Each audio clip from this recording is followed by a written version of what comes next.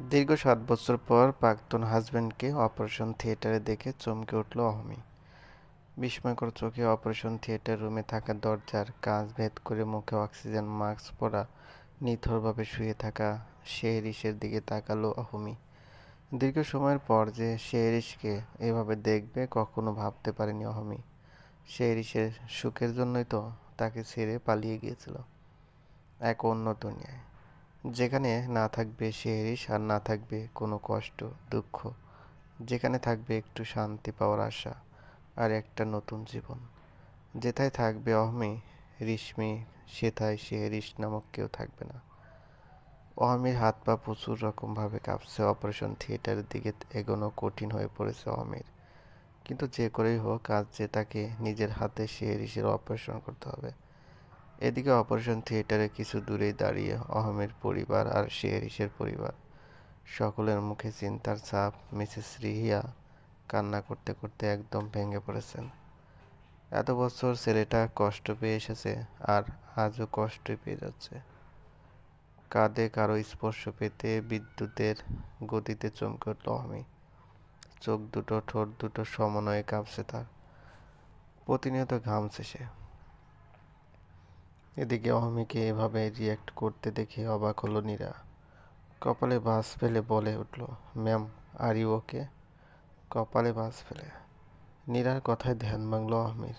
গায়ে থাকা সাদা অ্যাপ্রনের পকেট থেকে একটা টিস্যু বের করে কপালে ঘাম মুছে নিল অহমি। সাথে মুখে মাস্ক পরে নিল। কাঁপা কাঁপা গলায় নীরাকে উদ্দেশ্য করে বলে উঠল, I am okay Nira, let's go. ভিতরে যাওয়া যাক, এমনিতেও পেশেন্টের অবস্থা ভালো না। বলেই অপারেশন থিয়েটারের সামনে অতশত লোককে অ্যাভয়েড করে নীরাকে নিয়ে ভিতরে ঢুকে গেল অহমি। সাথে সাথে অপারেশন থিয়েটারের লাল বাতি জ্বলজ্বল করে উঠল। দীর্ঘ ২ ঘন্টা পর অপারেশন থিয়েটারের লাল লাইটটা অফ হয়ে গেল। পর মুহূর্তেই গ্রিন বাতি জ্বলে উঠল। সাথে সাথে অপারেশন থিয়েটারের দরজা খুলে বেরিয়ে আসলো অহমি। ক্লান্ত চোখে চারিপাশে চোখ বোলাতেই ভয়ে থমকে গেল অহমি। কারণ সামনেই তার আর শেহরিশের পরিবারের সকল সদস্য তার দিকে একটু আশান্বিত চোখে অতি আগ্রহে তাকিয়ে আছে। নির্ঘাত অহমির মুখে মাস্ক ছিল। সেটা দেখে গভীর নিঃশ্বাস ফেলে কাঁপা কাঁপা গলায় বলে উঠল, she is out of danger and কিছুক্ষণ পর ওনাকে বেডে শিফট করা হবে। বলে অহমি হনহনিয়ে তার কেবিনের দিকে চলে গেল। নীরা অহমিকে যতই দেখছে ততই অবাক হচ্ছে। আজকে অহমি একটু অন্যরকমভাবেই আচরণ করছে, যার কখনো দৃশ্যমান হয়নি তার জীবনে। নীরাও গভীর একটা শ্বাস ফেলে সকলের দিকে তাকিয়ে আশার একটা মুচকি হাসি দিয়ে অহমির পিছু পিছু চলে গেল। এদিকে মিসেস রুম্পা চিন্তিত ব্যথিত গলায় বলে উঠলেন, হ্যাঁ গো আপা, নিজেকে একটু সামলান। ডাক্তার ম্যাম তো আশ্বাস দিলেন যে শেহরিশ বাবার কিচ্ছুটি হয়নি, সে একদম সুস্থ আছে।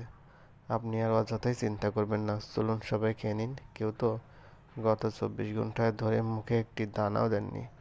চিন্তিত ও ব্যথিত গলায় মিসেস রুম্পার কথা শুনে সকলে দীর্ঘশ্বাস ফেলে মিসেস রিহিয়াকে নিয়ে সবাই বাইরে খাবারের জন্য চলে গেল। রিশমি, বাবুই, আর রাগ করে থেকো না। মাম্মামের উপর দেখো। বাবাই মাম্মামের আজ অনেক ইম্পর্টেন্ট অপারেশন ছিল, তাই তোমার সাথে কথা বলতে ভুলে গেছে। মাম্মা, আচ্ছা। রিশমি, বাবুই, আসার পথে তোমার জন্য এত এত চকলেট নিয়ে আসবো কেমন? মুচকি এসে এদিকে ফোনের ওপাশ থেকে গম্ভীর গলার কিউট বিশ্রী মেয়ের কণ্ঠ ভেসে আসলো, মাম্মাম এখন আমার রাগ ভাঙতে না পেরে চকলেটের লোভ অ্যান্ড বিজি থাকার এক্সকিউজ দিচ্ছ। যাও, তোমার সাথে আড়ি আড়ি আড়ি, আর কথা বলবো না। টুট টুট টুট।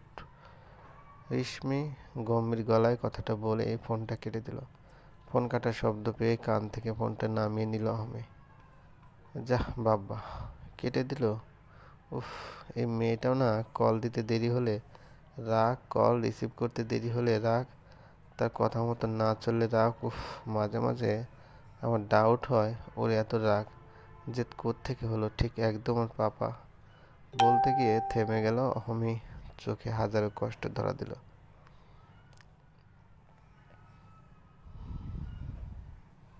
চোখের কার্নিশ বেয়ে জল গড়িয়ে পড়তে নিলে বাঁ হাত দিয়ে চোখের জল মুছে নিল অহমি, আর শক্ত গলায় বলে উঠল, না রেশমি, একদম ওর পাপায়ের মতো হয়নি। ওর আমার মেয়ে আমার মতোই হয়েছে, ওর কোনো পাপা নেই। বলতে বলতে অতীতে চলে গেল অহমি। চারদিকে ছোট ছোট ক্যান্ড লাইটে দিয়ে সুন্দর করে পুরো ছাদ সাজানো হয়েছে, সাথে রয়েছে ফেরি লাইট। ছাদের দিকে ঠিক মাঝখানে বড় বড় একটা সাদা বেড রাখা হয়েছে। চারদিকে লাইটের আলোয় সাদা বেডটাতে বেশ ভালোই একটা রঙিন আবরণ তৈরি হয়েছে, যা চোখের পাতায় মনোরম এক দৃশ্য আঁকার মতো। ঠিক বেডের মাঝখানে পরিপাটি হয়ে বসে আছে অহমি। মনটা তার আজকে অনেক খুশি। অহমি পারছে না মন খুলে নাচতে, আপাতত নাচলে সে এরিসের জন্য শ্বাসটা নষ্ট হবে বলে নাচতে পারছে না। পাশ থেকে ফোনটা উঠিয়ে আনমনে মুচকে এসে বলে উঠল, আজ প্রথমবারের মতো আমি মা হতে চলেছি শেরিস, আর আপনি বাবা। আজকের দিনটাকে আমি অন্যরকমভাবে সেলিব্রেট করতে চাই শেরিস। কখন আসবেন আপনি? বলতে না বলতে অহমির ফোন কেটে একটা মেসেজ আসলো, আমার অপ্রিয় সঙ্গী। অপ্রিয় বললাম কারণটা, আমি আপনাকে মোটেও পছন্দ করি না অহমি। কারণ আপনাদের মতো খ্যাত গাইয়া মেয়েদের আমি একদম দেখতে পারি না। আপনি যতই পড়ালেখা জানুন না কেন, কাজকর্ম চলাফেরা একদম অশিক্ষিতদের মতো। আমি মাঝে মাঝে ভাবি, আপনি পড়ালেখা জেনেও এভাবে চলাফেরা করেন কেন? আর জানেন, আপনাদের গ্রামের মেয়েরা একদম সিলি টাইপ অ্যান্ড অসহ্যকর। জানেন, আপনাকে দেখলেই আমার রাগের সীমানা ছুঁয়ে আরও রাগটা বেড়ে যায়। যখন আপনি আপনার চুলে ইডিয়েটদের মতো এক গাদা তেল দিয়ে দুই বেনুনি করেন, তখন ঠিক আপনাকে আমার চোখের বিষ মনে হয়। নিহাত মণিমা আমায় দিব্যি দিয়ে বলেছিল যে আপনার সাথে খারাপ ব্যবহার না করতে, তাই এতদিন চুপ ছিলাম। বাট আজকে আর আপনাকে সহ্য করতে পারছি না, কারণ আমি আমার জীবনে পারফেক্ট জীবনসঙ্গী পেয়ে গেছি। আর এটাই ভালো হবে যে আপনি আমার রুমে রাখা বিছানার উপর ডিভোর্স পেপারে সাইন করে বাড়ি থেকে বেরিয়ে যান। আর হ্যাঁ, সেটাতে আমি আগেই সাইন করে দিয়েছি। আর আপনি অনেক দূরে চলে যান, যেখান পর্যন্ত আমি পৌঁছাতে পারবো না। ইতি শেহরিস। মেসেজটা পড়ে কান্নায় ভেঙে বলল আমি। কখনো ভাবতে পারিনি শেহরিস তার সাথে এমনটা করবে, তাও এমন একটা দিনে যেদিন সে তার চাঁদ ভালোবাসা, তাদের ভালোবাসার চিহ্নকে পেয়েছে সে। আমি এতদিন ভাবতো শেরিস তাকে মন থেকে ভালোবাসে, কখনো ভাবেনি সেই ভালোবাসাটা নিছকই একটা মিথ্যা কি, আর যেটা দিব্যির উপর নির্ভরশীল ছিল। মেসেজটা পড়ে আমি নিজেকে আর শেহরিসের সাথে মেলাতে লাগলো। আসলেই তো সে কি আর শেহরিস কি। আমি ধীরে পায়ে রুমে গেল, ডিভোর্স পেপারটার দিকে এক পলক তাকালো, দেখলো সত্যি শেহরিস সাথে সাইন করে দিয়েছে। এক বুক কান্না কষ্ট নিয়ে সাইন করে দিল, সাথে ছোট্ট একটা চিঠি লিখে ডিভোর্স পেপারে ভাঁজ রেখে সেটা টেবিলের উপর রেখে পুরো রুমের দিকে একবার চেয়ে নিল। কত স্বপ্ন, খুনসুটি, দুষ্টুমি, দুঃখ, খুশি ছিল এই রুম, এই বাড়ির সাথে। কিন্তু শেহরিসের খুশির জন্য আজ তাকে সব ছাড়তে হচ্ছে।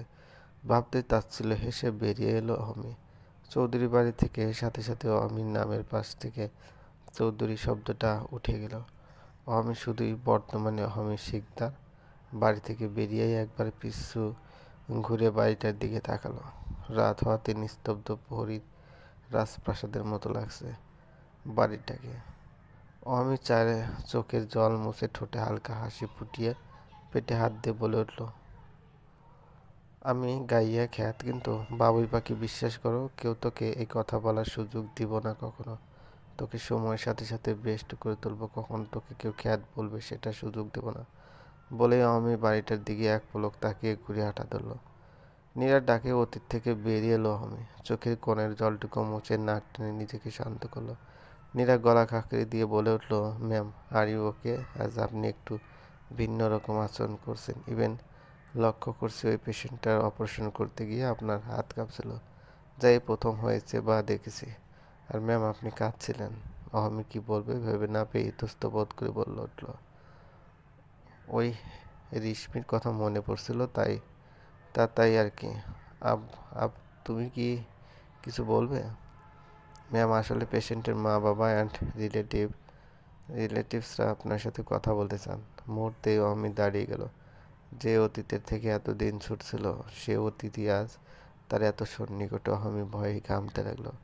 সে আর শেরিস কিংবা পরিবারের সামনে বা সাথে মুখোমুখি হতে চায় না, কারণ 7 বছর আগে সেই পথটা শেরিস নিজে একটা ছোট্ট মেসেজে বন্ধ করে দিয়েছে।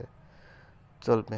গল্পটি ভালো লাগলে অবশ্যই লাইক করবেন, কমেন্ট করে জানিয়ে দেবেন। চ্যানেলে যদি নতুন হয়ে থাকেন অবশ্যই সাবস্ক্রাইব করে পাশে থেকে বেল আইকনটি প্রেস করে রাখুন, যাতে নতুন নতুন ভিডিও আপলোড করার সাথে সাথে আপনার নোটিফিকেশন চলে যায়। অলরেডি যারা সাবস্ক্রাইব করে রেখেছেন তাদেরকে অসংখ্য ধন্যবাদ। ভালো থাকবেন।